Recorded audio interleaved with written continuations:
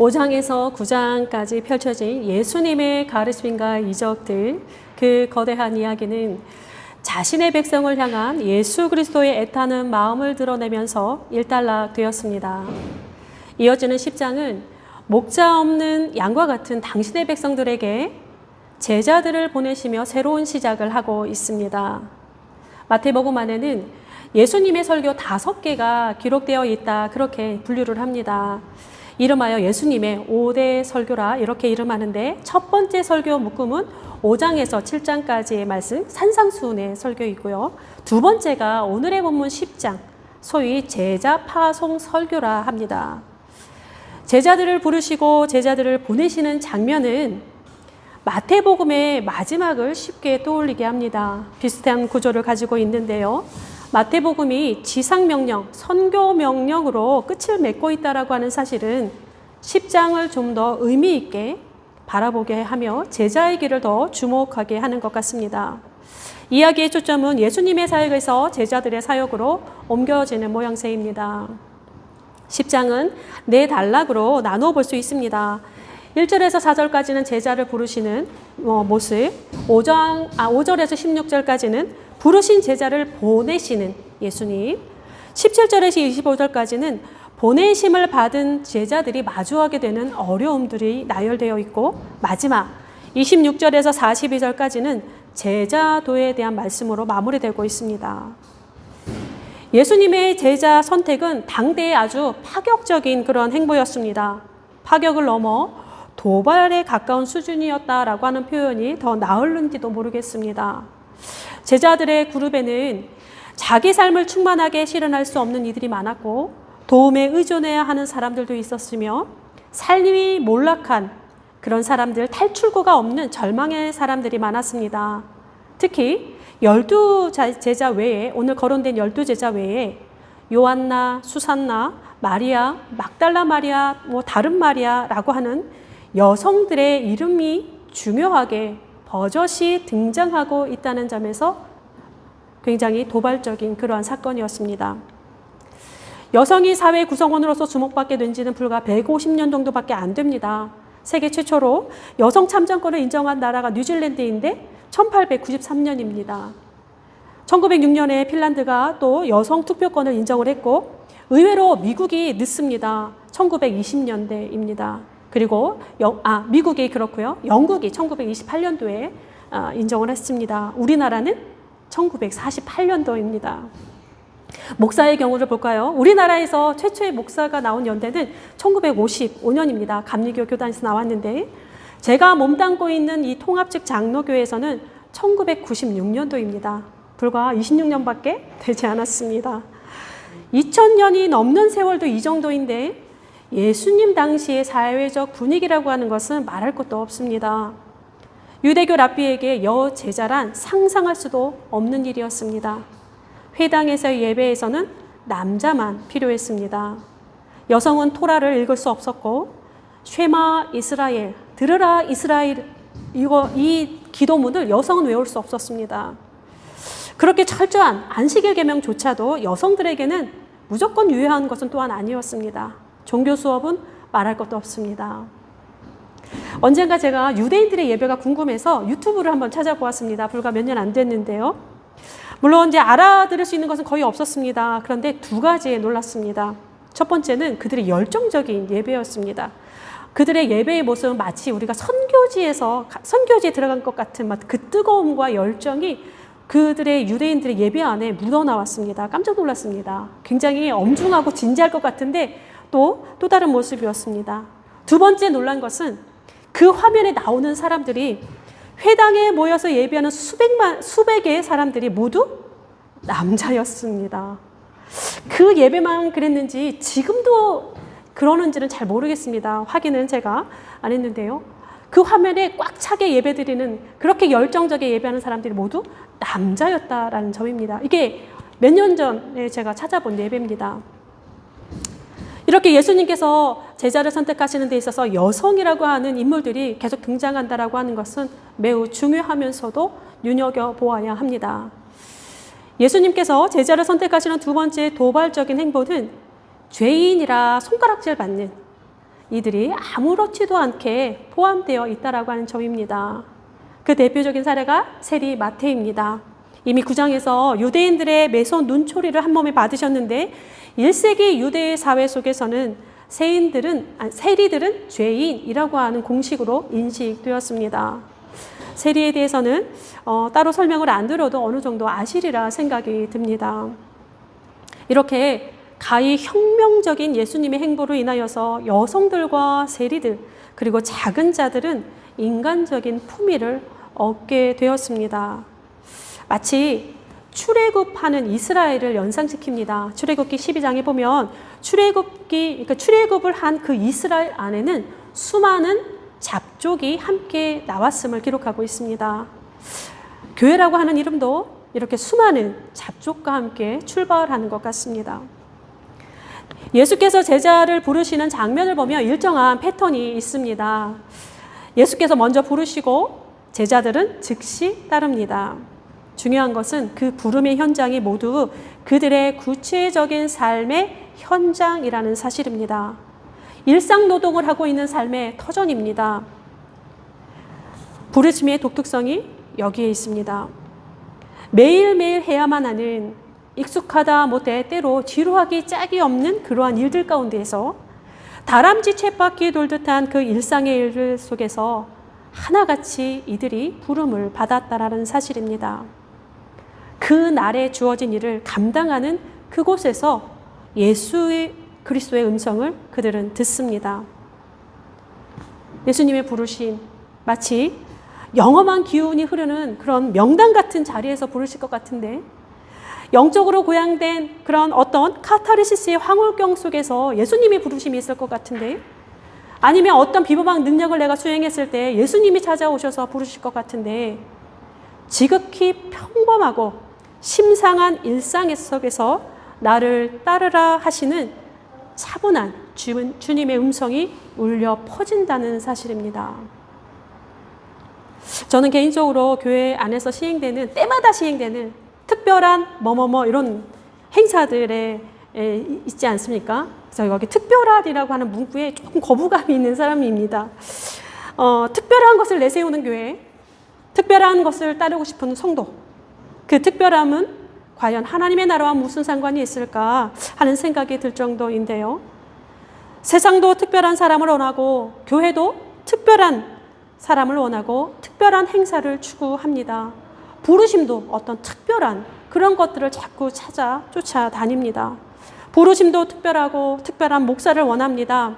교회 게시판에 붙여지는 포스터에도 특별한 사람들의 얼굴을 원합니다. 간증과 설교, 교회의 모든 일들이 자꾸 극적인 어떤 특별함을 가지려 하기에 정신이 좀 혼미해지는 것 같습니다. 특별한 이벤트보다 평범한 일상을 견디는 것이 더 어려운 시대를 맞이했습니다. 너는 특별하단다. 참 좋은 책이죠. 이 책들이 오래전부터 시리즈로 출간되고 참 많은 인기를 얻고 있습니다. 참 좋은 책입니다. 그러면서도 우리는 그 특별함이 만들어내는 긴 그림자를 동시에 볼 수 있어야 합니다. 제자를 부르시는 에피소드는 두 개를 우리가 만났습니다. 4장에서 베드로, 안드레, 야고보, 요한을 부르셨고 또 9장에서는 마태를 부르셨습니다. 총 5명이 그렇게 부르심을 받았는데 갑작스럽게 오늘의 본문에서는 12제자라고 하는 표현으로 등장합니다. 조금 생경한 느낌이 드는데요. 게다가 바로 이어지는 2절에서는 사도라고 하는 말이 언급되고 있습니다. 복음서에서는 잘 사용하지 않는 단어입니다. 마태복음에서도 여기가 유일하게 기록되어 있는 그러한 단어입니다. 제자와 사도, 어떤 차이가 있겠습니까? 사실 사도라고 하는 말은 예수님의 부활 사건 이후에 붙여진 호칭입니다. 그러니까 예수님께서 그렇게 부르신 것은 아니라는 이야기도 됩니다. 그런데 또 누가복음은 또 그렇게 말하지 않습니다. 사도의 기원을 예수님께 또 두고 있습니다. 그 제자들을 부르사 그 중에서 12를 택하시고 사도라 칭하셨으니, 잘 사용하지 않는, 그런 복음서에서 잘 사용하지 않는 단어이긴 하지만 그러나 이 사도라는 것에 굉장히 중요한 의미를 가지고 있기 때문에 그렇습니다. 사도라는 말을 한번 살펴보겠습니다. 이 사도라고 하는 헬라어 단어는 보내다라고 하는 그러한 말에서 파생되었습니다. 보내는 사람과 보냄을 받는 사람에 관련하여서 파송의 사실 자체와 이를 통한 위임의 사실을 강조하는 그러한 단어입니다. 그러니까 사도를 단순하게 표현하자면 심부름을 하는 사람이라 말할 수 있습니다. 고급스럽게 말하자면 사역자가 되겠지요. 이 사역의 사자가 하여금사, 불일사인데 심부름꾼이라고 하는 의미도 가지고 있습니다. 그러니까 성경에서의 사도는 심부름을 하는 사람, 예수 그리스도의 심부름을 하는 사람을 사도라 말씀드릴 수 있습니다. 보냄을 받은 자들, 심부름을 하는 자들, 이 사도라고 하는 이 사람들의 가장 특징이 무엇이겠습니까? 여기에 매우 중요한 의미가 담겨져 있습니다. 보내는 자가 가라 하는 곳으로 가야 하고, 보내는 자가 행하라 하는 것만 행하는 자들이어야 한다는 점입니다. 이 두 가지는 매우 중요합니다. 내가 가고 싶은 곳이 아니라 나를 보내시는 이의 마음이 머무는 곳으로 가야 되고, 내가 하고 싶은 일이 아니라 나를 보내신 이가 당부한 그 일을 행해야만 합니다. 우리의 뜨거운 열정이, 우리의 열심이 이 눈을 흐려서는 안 됩니다. 달리 말하면 보냄을 받은 자들이 어디로 가고 싶은지가 중요하지 않습니다. 보냄을 받는 자들이 무슨 일을 하고 싶은지도 중요하지 않다는 이야기입니다. 사도들에게 가장 중요한 것은 어디로 보냄을 받았는가, 무엇을 위해 보냄을 받았는가라고 하는 물음이 가장 중요합니다. 주인의 눈이 무엇을 바라보고 있는가, 아버지의 마음이 어디 있는가. 제자의 길에 들어선 이들이, 사도적 삶을 살아가게 되는 이들이 끊임없이 질문하고 찾아내야 하는 그러한 물음입니다. 힌트는 이미 주어졌습니다. 목자 없는 양과 같이 고생하며 기진하는 그 잃어버린 양에게로입니다. 제자와 사도, 사도와 제자. 제자를 큰 원으로 표현할 수 있다고 한다면 사도는 그 큰 원 안에 있는 작은 원이라고 이렇게 비유할 수 있을 것 같습니다. 풀어졌다가 다시 모아질 수 있는 그 작은 원인데, 오해하지 말아야 될 거는 이 큰 원 속의 작은 원이 어떤 핵심 멤버, 특별한 주요 인사를 의미하는 것은 결코 아니라는 점입니다. 우리는 모두 제자이며 모두 사도적 부르심을 받습니다. 모이면 제자가 되는 것이고 흩어지면 사도가 되는 법입니다. 이것이 제자로 우리를 부르시는 두 번째 중요한 특징입니다. 특정한 목적을 수행하는 심부름꾼으로 그 역할을 수행하고 있을 동안에는 사도이지만 평상시에는 제자로서 예수를 따르는 이들로서 제자로 살아가야 된다라고 하는 뜻입니다. 심부름이 끝났는데 자꾸 무엇인가 특별함을 유지하려고 하면 교회가, 공동체가 어려워집니다. 보냄을 받은 자들이 맡은 유일한 소임은 하나입니다. 천국이 가까이 왔다라고 하는 것을 선포하는 일입니다.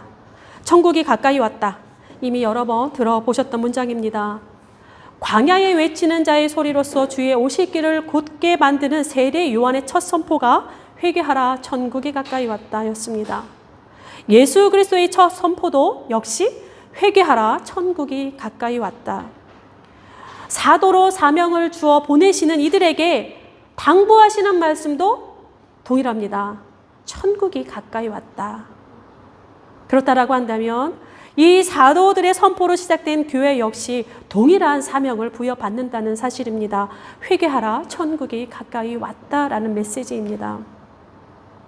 오늘 우리의 모습을 잠시 돌아보겠습니다. 우리는 과연 무엇을 외치고 있는가? 무엇을 드러내고 있는가? 과연 우리의 메시지가, 교회가 드러나는 메시지가, 그리스도인들이 드러나는 메시지가 과연 하나님의 통치가 가까이 왔다는 그 엄중한 말씀인가라고 하는 것을 자문해야 합니다. 이 엄중한 말씀을 엄중하게 멀리하는 것은 아닌가, 우리 생각해 보아야 합니다. 너는 특별하단다. 여기에 행복이 있습니다. 평안을 너희에게 주노라. 꽃길만 걸으세요. 만병통치약에 빨간 병, 파란 병을 건네주듯이, 무당의 방울과 같은 그런 비슷한 요술봉을 손에 쥐어주듯이 진이의 요술램프를 정성스럽게 비비도록 그렇게 하는 것은 아닌지 모르겠습니다. 바성설교의 상당한 부분을 차지하는 내용을 보면 더욱더 우리의 모습과 비교가 됩니다. 당황스럽게까지 합니다. 너희들 이리 가운데 보내는 양과 같도다. 미워하리라, 거부하리라, 때릴 것이다, 죽게 할 것이다, 뭐 가지지 말라, 내가 화평을 주러 온 것이 아니다, 나는 검을 주러 왔노라. 이거에 대한 해결책은 더욱더 우리를 당혹스럽게 합니다.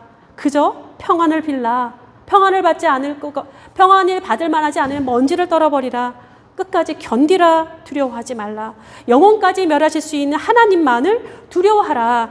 우리의 머리털까지 세신 하나님께서 참새보다 너희를 귀하게 여기신다 하십니다. 사실 참새가 저보다 귀하다고 생각해 본 적은 없습니다. 그런데 그렇게 말씀하십니다. 근데 말문이 막히는 것은 또 따로 있습니다. 자기 십자가를 지라, 목숨까지 내놓을 각오를 하라 합니다. 제가 그러려고 예수를 믿은 건 아니었습니다, 처음에. 물론 이 모든 것들이 1세기의 그때와 지금의 우리를 나란히 두고 그대로 대입할 수는 없습니다. 그러할지라도 바송설교의 메시지가 무엇을 향하고 있는지, 그리고 교회의 메시지가 무엇을 드러내는지 우리는 분명히 분별할 수 있어야 할 것입니다. 천국에 가까이 온다는 것, 이것을 제대로 알기만 하면 세상이 즐거워하며 환호할 만한 일은 아니라는 것을 곧 알게 됩니다. 천국이 가까이 온다라고 하는 것은 회개를 불러일으키는 사건입니다.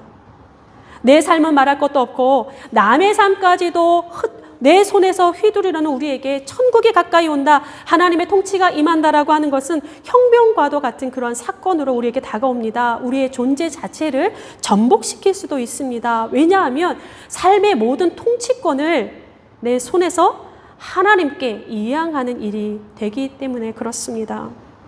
가정이 흔들릴 때, 회사 생활이 힘들어질 때, 누군가가 미워질 때, 억압과 폭력에 노출되어 있을 때 더더욱 그렇습니다. 하나님의 통치는 구원의 메시지이기도 하지만 나의 뒤틀림도 교정받는 일이기에 그저 즐거워할 만한 것은 아닙니다. 분명 우리의 오른쪽에서는 깊숙이 숨겨진 탐욕이 저항할 것이고 우리의 왼쪽에서는 비틀린 우리의 이기심이 반란을 일으킬지도 모릅니다. 거짓된 안전의 안도감을 느끼고 얄팍한 과거의 공적에 취하여 흔들리고 삶을 의미 있게 채울 수 있는 것이 현세의 소유라고 여기는 우리에게, 그리고 세상에게 그것을 모두 흔들어버리는 하나님의 통치는 오롯이 기쁜 일은 아닙니다. 또한 고난은 저절로 따라 붙습니다. 세상의 미움은 예정되어 있다. 성경에서 그냥 말하고 있습니다. 우리 안에 있는 영적인 그런 치열한 내적 싸움은 필수 불가결합니다. 인생이 우리에게 기가 막힐 웅덩이를 내놓을 수도 있습니다. 그럼에도 이 모든 것을 두려워하지 말라 말씀합니다. 보냄을 받는 자에게 하시는 하나님의 말씀입니다. 유일한 말씀입니다. 왜냐?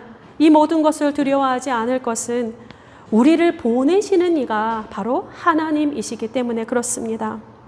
그분이 천국의 주인이신데 그가 우리를 부르시고 우리를 보내셨고 그가 우리를 귀히 여기시며 그의 눈이 항상 우리 위에 머물기 때문에 그에게 맡긴 우리의 인생은 실패할 수가 없습니다. 마태에게 예수를 따른다라고 하는 것, 그리스도인이 된다라고 하는 것은 이와 같은 죄자가 되는 것입니다. 또한 그의 제자가 된다라고 하는 것은 사도적 삶에 또한 부름을 받게 되어 있습니다. 그리스도인의 삶이란 나를 따르라 제자로 부르시고 가라 사도로 흩어 보내시는 이중주의 삶이기도 합니다. 제자의 삶은 언제나 안으로 예수 그리스도를 향하게 되어 있고 사도적 삶은 밖으로 세상 속으로 흘러가게 되어 있습니다. 안으로 향하는 것이 제자의 삶이라고 한다면 밖으로 향하는 것은 사도의 삶이라 할 수 있습니다. 그가 부르심은 그를 대신하여 보내기 위함입니다.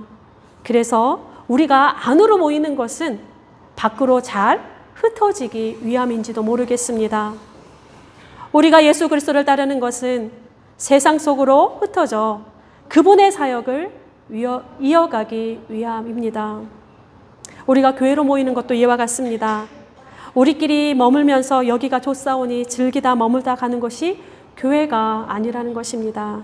제대로 흩어지기 위해, 잘 흩어지기 위해 모이는 곳, 바로 그것이 교회입니다.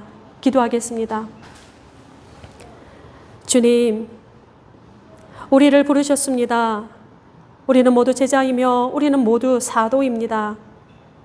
쉼없이 주님을 향하게 하시되 언제나 밖으로 흘러가게 하옵소서. 안으로는 하나님의 통치 아래에 머물게 하시고 밖으로는 하나님의 나라를 드러내게 하옵소서. 우리의 연약함을 도우시는 주님, 우리도 세상의 연약함을 돕는 이들이 되게 하옵소서. 지난 한 주간에도 낮은 한숨을 내쉬게 되는 소식들이 참으로 많았습니다. 우리에게 주신 힘들을 어둠을 밝히는 빛으로 사용하여 주옵소서. 잘 모이게 하시고 잘 흩어지게 하옵소서. 부르시고 보내시는 예수 그리스도의 이름으로 기도드립니다. 아멘.